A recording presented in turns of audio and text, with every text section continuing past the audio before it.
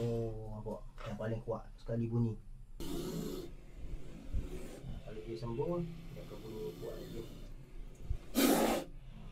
Assalamualaikum warahmatullahi wabarakatuh. Welcome back to our channel, Squad King Cobra channel ular anda. Macam mana kita nak tahu kalau ular berbisa tu masuk rumah kita? Okay, so ada beberapa spesies ular ni lah, antaranya ular tedung selar, ular spitting cobra dan juga ular senduk lah. Antara ular berbisa, bila masuk rumah ni dia bunyi. Okay, so kenapa dia bunyi? Yang pertama sekali, dia rasa terancam. Bila dia rasa terancam, nak menandakan dia ada dekat kawasan tu, dia akan mengeluarkan bunyi lah. Tu yang pertama. Okay, jom kita dengar dulu bunyi ular tedung selar macam mana. So dia bukan bunyi macam ayam lah, berkokok ke, berketok ke macam mana. Dia hanya bunyi dengusan sahaja.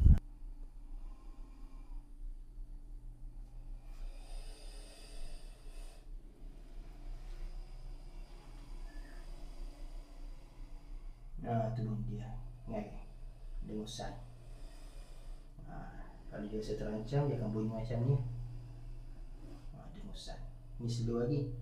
Kalau ancaman dia tu terlalu dekat dengan dia, dia akan bunyi kuat lagi.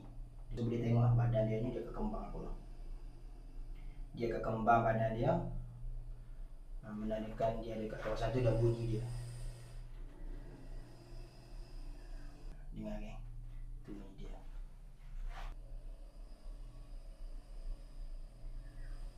Okey kan, itu adalah dengusan ular tedung selar. Jom kita dengar bunyi ular spitting pula. Okey geng, so ni adalah ular spitting lah. Ular spitting ni dia agresif sikit. Nampak.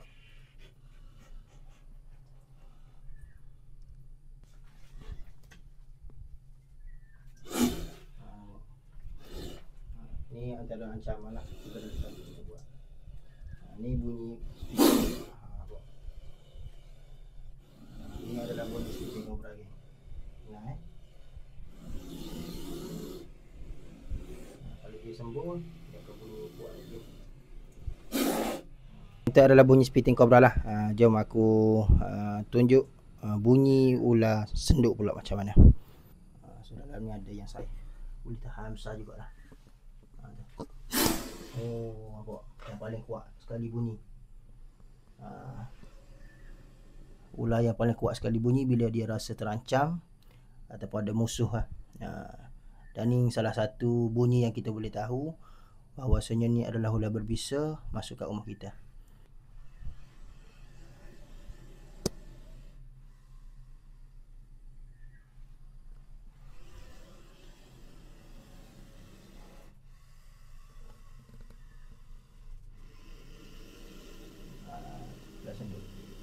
Bunyi memang kuat dia.